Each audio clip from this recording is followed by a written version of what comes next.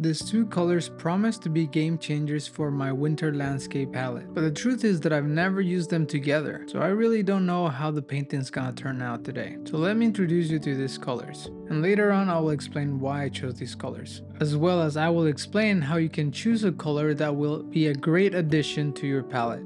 So the first addition to my winter palette is quinacridone gold. I have had this color before and it's an amazing addition to any palette really. What you can expect from this color is a lot of variety and flexibility, and I will talk more about this later. But the second addition is a color that I have never used before, and that is manganese blue. This is a very vibrant and perfect color for blue skies and shadows on the snow.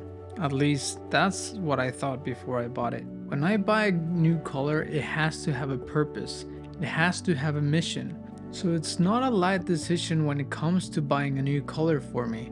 So much so that actually one of these two colors is gonna replace one in my palette. That color is quinacridone gold. That is because it's amazing versatility. It just makes great greens and warm and vibrant oranges that are not too far-fetched from reality.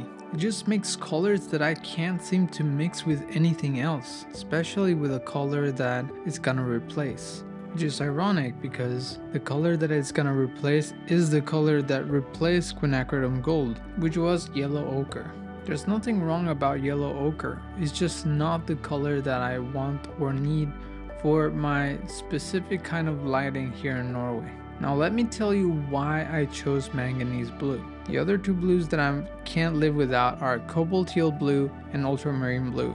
And I know that cobalt teal blue, even though the name has blue in it, it's more of a green, and I used to use ultramarine blue and cobalt teal to mix something like the manganese blue, but I just never got the result that I wanted. Even though the hue itself was kind of right, the intensity and the vibrancy wasn't there, at least not the one that I was shooting for. I was also very scared of making this video with these two new colors because I've never used them together, because I had no idea how they were gonna interact and communicate with each other. The one thing that I was most afraid of is that the manganese blue is skewing towards green, and the quinacridone gold, since it's a yellow, it was gonna create very intense greens if they mixed with each other.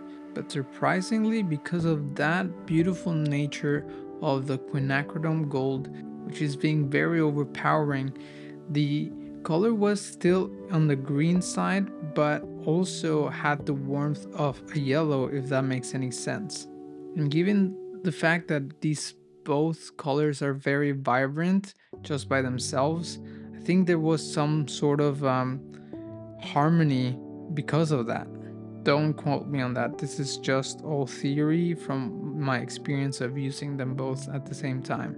And you can see it in the painting right now as well, which, by the way, I was so blown away of the manganese blue. Like, just as I put it on, I was like, oh my god, yes, this is the color I've been needing in my life. And when I started adding the color for the rocks, it finally, I could make the color that I needed, this like greenish yellow earthy color that I can only make with the quinacridone gold. And also I tested just using the manganese blue a lot more in the mix and not use the ultramarine blue so much, and it was just yielding the results that I wanted.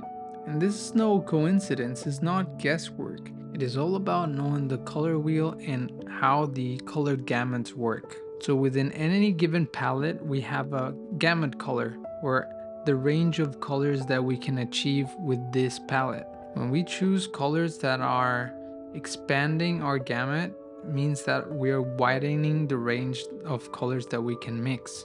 In the case of the two blues, the cobalt teal and the ultramarine blue, by combining both of them, I could achieve a color that is similar to the manganese blue, but the problem is that the intensity, the purity of the color is also lost. The chroma is lost. Therefore, by adding the manganese blue and its pure chroma, I'm widening or expanding my range of colors in towards that direction. I hope that that made some sense and you can see what I'm trying to do. If not, then let me know in the comments below and I can make a whole video about that. Thanks for being here, and I'll see you tomorrow.